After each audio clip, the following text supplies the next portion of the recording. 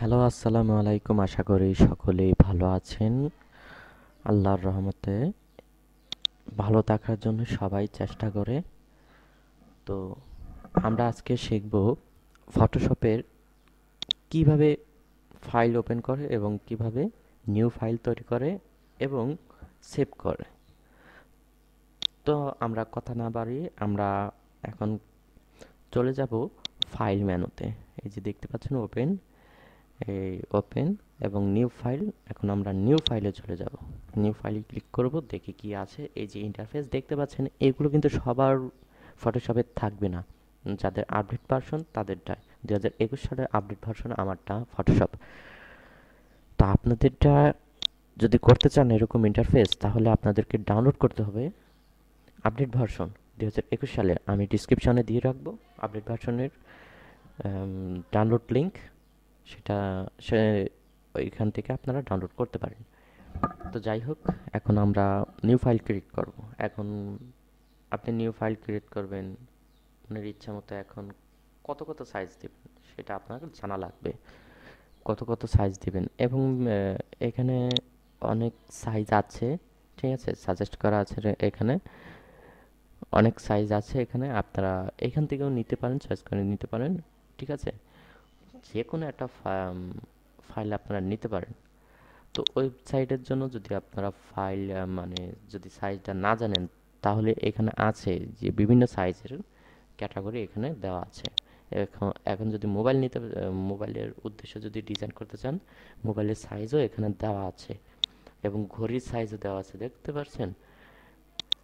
যে film, video, এগুলো size বিভিন্নভাবে দেওয়া আছে। তো এই আপডেট ভার্সনটা নেওয়ার জন্য আপনারা অবশ্যই ফটোশপ 2021 সালের আপডেট ভার্সনটা এটা ডাউনলোড করবেন।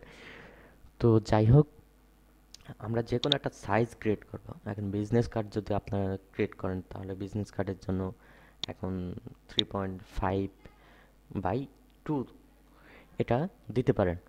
এখন বিজনেস কার্ড কিন্তু ইঞ্চিতে প্রিন্ট করা হয়, পিক্সেলে নয়। পিক্সেলে করা যায় কিন্তু এটা ফেটে যায়, ইঞ্চিতে করা হয়, ঠিক আছে।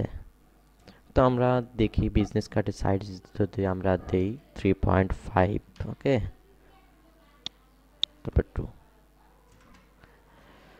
এটা আছে পিক্সেলে, আমরা ইঞ্চিতে করে দিব। আহ, এটা আবার নতুন আসছে, সরি, 5। আপনারা মনের ইচ্ছা মতো যে কোনো সাইজ আপনারা নিতে পারেন। আমি, ঠিক আছে, ইচ্ছা মতো আমি দেখাচ্ছি আপনাদের হচ্ছে দেখানোর ক্ষেত্রে। আমি এভাবে দেখাচ্ছি। এই যে 300 আমি এটা দিলাম। কেন দিলাম রেজলিউশন আমরা 300 কেন দিলাম? কারণ ফেটে যায় ফটোটা, এই কারণে, যাতে না ফাটে, ক্লিয়ার স্মুথলি হয়, তার জন্য আমরা 300 পিক্সেল দিতে পারি। অথবা আপনার এর কমও দিতে পারেন, অথবা এর বেশিও দিতে পারেন। রেজলিউশন 300 দিতে পারেন বা 100 দিতে পারেন, সেটা আপনার উপর ডিপেন্ড, ডিজাইনের উপর ডিপেন্ড করে, ঠিক আছে। তো আমরা ক্রিয়েট মেনুতে যাব, ক্রিয়েটে চলে যাব, দেখি কি হয়।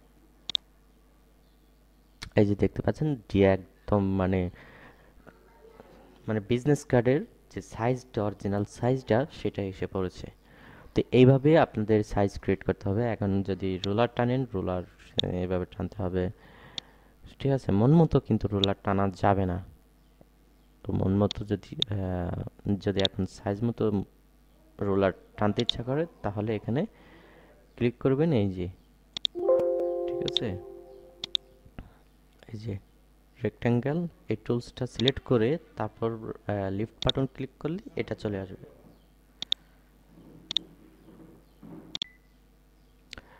তো এটা ঝামেলা গেল।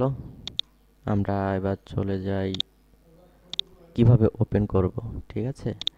তো এখানে ফাইলে চলে যাব, ফাইলে গিয়ে তারপর ওপেনে ক্লিক করব। আমি ওপেনে ক্লিক করে দেখি কি হয়। ওপেনে ক্লিক করব, ওপেনে ক্লিক করে যে কোনো একটা ফটো আমরা সিলেক্ট করব, তারপর ওপেন দেব, ওকে। ওপেন দেওয়ার পর আমরা আবার এখন যদি এটাকে আমি বিভিন্ন জায়গায় আমি সিলেক্ট করি, বা এই জায়গায় আমার কাজ আছে, এখন এখানে ক্লিক করতে গেলে আমার এটা চলে আসে। কি ব্যাপার, এরকম হয় কেন? এরকম হওয়ার কারণ, আপনার মুভ টুল সিলেক্ট করা নেই। আপনি মুভ টুল সিলেক্ট করে রাখবেন, এখানে যদি কোনো কাজ থাকে তাহলে আপনি মুভ টুল সিলেক্ট করে কাজ করতে পারেন বা এটা নাড়াচাড়া করতে পারেন। ঠিক আছে, তো এই হচ্ছে বিষয় এবং আমরা এটাকে সেভ করব, দেখি কি হয়। যদি আমরা ওয়েবসাইটের বিভিন্ন ওয়েবসাইটে যদি আমরা সেভ করতে চাই, আপলোড দিতে যাই ফটো, তাহলে এভাবে আমাদের এই এক্সপোর্ট অ্যাজ এখানে এভাবেই সিলেক্ট করতে হবে, সিলেক্ট করে সেভ করতে হবে। ঠিক আছে, এই যে সেভ করে দেখি বিভিন্ন ওয়েবসাইটের জন্য এইভাবে সেভ করতে হয়। ঠিক আছে, এই হলো মূল কারণ। তো এক্সপোর্ট অ্যাজ এই কাজেই লাগে, ওয়েবসাইটের জন্য বেশি কাজে লাগে, এভাবে সেভ করতে হয়। তো আমরা এক্সপোর্টে চলে যাই, দেখি কি কোথায় মানে সেভ করব। ঠিক আছে, আমরা ডেস্কটপে আমরা সেভ করব। এখন যদি আপনি নাম পরিবর্তন করতে চান তাহলে নাম পরিবর্তন করা যাবে। ঠিক আছে, এক্সপোর্ট, ঠিক আছে। তো আমি আমার মতো একটা নাম দিয়ে রাখলাম, আপনারা আপনাদের মতো একটা নাম দিয়ে সেভ করতে পারেন। আচ্ছা, তো এটা সেভ হয়ে গেছে অলরেডি। তাহলে আমরা এটা ক্লোজ করে আমরা দেখবো এটা কি অবস্থা। এখন ফাইলে চলে যাব বা কন্ট্রোল ও প্রেস করে আপনারা দেখতে পারেন, ওপেন করতে পারেন। ঠিক আছে, তো আমরা ডেস্কটপে চলে যাই। ডেস্কটপে কি আছে, কোথায়, এই যে এক্সপোর্ট অ্যাজ। ঠিক আছে, এক্সপোর্ট অ্যাজ অল ফাইল, এটা হচ্ছে অল ফাইল, যে কোনো ফাইলে এটা সাপোর্ট করবে। ঠিক আছে, এই হচ্ছে বিষয়। আর হচ্ছে এইখানে আপনারা অটো, অটো এটা কি, এটা হচ্ছে পিডিএফ। আর হচ্ছে আর কি আছে এখানে, আমরা একটা ফটো সিলেক্ট করি দেখি আর কি আছে। আর এই হাবিজাবি আর ইম্পোর্ট, এটা হচ্ছে ইম্পোর্ট নোট হিসাবে আপনারা যদি কোনো নোট থাকে পিডিএফ বা কোনো নোট থাকে তাহলে এখানে আপনারা লোড নিতে পারেন। ঠিক আছে, এখানেও নোট নিতে পারেন। আর হচ্ছে এই যে ফাইল ইনফো, ফাইল ইনফোটা কি, ফাইল ইনফো হলো আপনার বিভিন্ন টাইটেল, বিভিন্ন মানে যদি ফটোটাকে এসইও করতে চান তাহলে এখানে আপনার ঢুকতে হবে, এখানে আপনার ঢুকতে হবে। আপনি যদি এই ফটোটা গুগলে সার্চ করে দ্রুত সামনে আনতে চান, গুগলের মধ্যে দ্রুত আনতে চান, বা ফাইবার যে ইমেজগুলো, এই ইমেজগুলো এইখানে এসইও করতে হয়, এইভাবে এসইও করতে হয়। যেমন আমি একটা দেখাচ্ছি ফটো,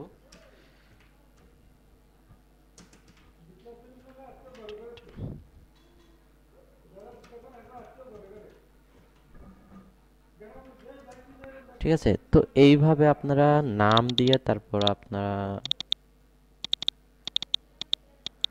হচ্ছে এখানে কাজ করতে পারেন।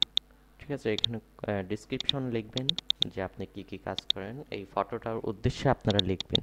আপনাদের মন মতো লিখলে হবে না, ফটোর উদ্দেশ্য অনুযায়ী লিখতে হবে। টাইটেল, ইনফো, ইউআরএল দিতে পারেন। তারপর এখানে কিন্তু 5 স্টার দিতে হবে, আপনার 5 স্টার দিয়ে তারপর ওকে প্রেস করলেই হয়ে যাবে। তো এই ফটোটার প্রত্যেকটা মানে ক্লিক করলে সব ইনফরমেশন সবাই পেয়ে যাবে বায়ার। ঠিক আছে, তো এই হচ্ছে বিষয়বস্তু। আপনারা হচ্ছে ইনশাল্লাহ আপনারা এই আমার ভিডিওটা যদি কোনো ভুল ত্রুটি হয়ে থাকে তাহলে অবশ্যই ক্ষমা করবেন।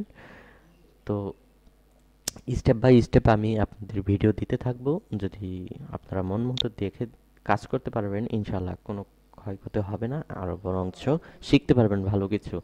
আর কোনো ভুল ত্রুটি হয়ে থাকলে তাহলে গ্রুপে গিয়ে আপনারা সমাধান করতে পারেন, আমি গ্রুপ লিঙ্ক আমি ডিসক্রিপশনে দিয়ে রাখবো, সেখান থেকে সলভ করে নিতে পারবেন। তো আরেকটা কথা বলে রাখি, ফটোশপের যে টিউটোরিয়ালগুলো আছে এখন কিন্তু ফ্রি কোর্স সবাই দিচ্ছে। ঠিক আছে, বিভিন্ন ভালো মানে ভালো ভালো ভিডিও আপনারা ইউটিউবে পাবেন। এখন আমার ভিডিও কেন দেখবেন, আমি একটাই কথা বলবো যে সাপোর্টটা প্রয়োজন, সবাই দিতে পারে না, দিতে চাইলেও সাপোর্ট কিভাবে দিতে হয় সে নিয়মটাও জানে না। ঠিক আছে, এবং আম, যে রুলস অনুযায়ী যে ভিডিওগুলো বানাতে হয় এবং শেখাতে হয় রুলস অনুযায়ী, সেটা কিন্তু সবাই জানে না। তো আমি সেটা আপনাদের সেভাবেই শেখাবো, আপনারা ভয় পাবেন না ইনশাল্লাহ।